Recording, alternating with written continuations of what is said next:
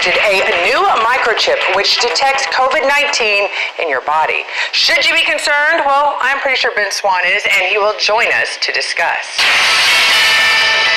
The FDA is now recommending pausing the use of the Johnson & Johnson vaccine after 7 cases of blood clots have recently come to fruition following vaccination, including 1 death.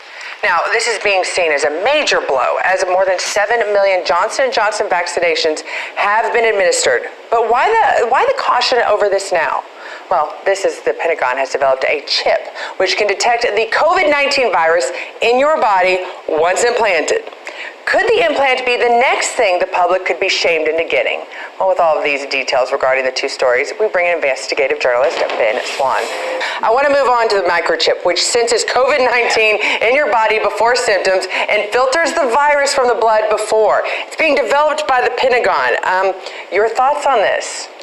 Yeah, so, all the conspiracy theorists out there, right, who went around saying, hey, they're creating this microchip and it's going to be inserted into your body, it's going to come with the vaccine. And all these folks in the media were like, oh, you people are crazy, there's no microchip.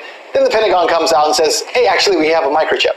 So here's what's fascinating about this. I actually am releasing a podcast about this today that's pretty lengthy in detail. But what's important is that the government agency, DARPA, right, that does these defense advanced research projects, is the one that actually developed this particular microchip. That they say, oh, it won't track you, and all it's going to do is tell you if you have COVID symptoms. Well, guess what? My body can also tell me if I have COVID symptoms. So why would I need a microchip inserted under my skin in order to tell me whether or not I feel the symptoms of COVID?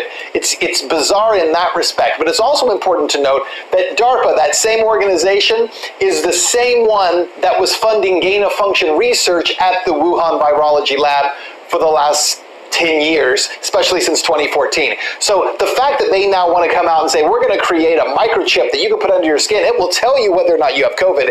Scotty, do you really trust that that's what this is for? And the fact that this has even been created in the first place, there doesn't seem to be a point to it to tell you that you have COVID.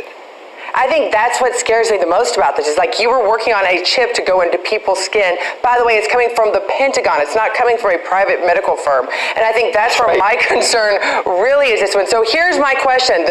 Look into your future crystal ball, as I've so often asked you, Ben. If this shows to actually be accurate and it can predict it, do you think we could see a push that everybody, just like what we've seen with the mask, the vaccine, a push that you actually have to be microchipped with something from the Pentagon? Could that actually happen in society today? If you had asked me that question a year ago, I'd say it's nonsense. I'd say today it's very possible. I mean, that's where we're headed with the talk of vaccine passports. And remember that with a microchip, they say, well, it only does this one limited thing right now, but it's a microchip, which means it could be used for many other things, including tracking whether or not you've had your vaccine, or whether or not you're able to travel into other countries because you have the microchip.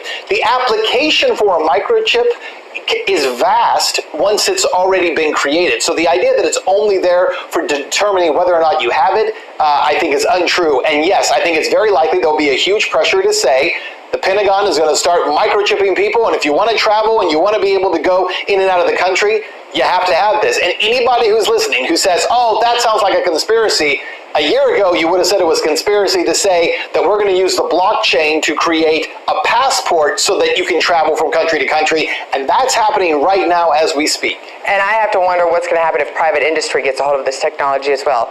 Ben, lots of questions that have to be answered by this. Thank you so much for joining us. Thank you, Scotty.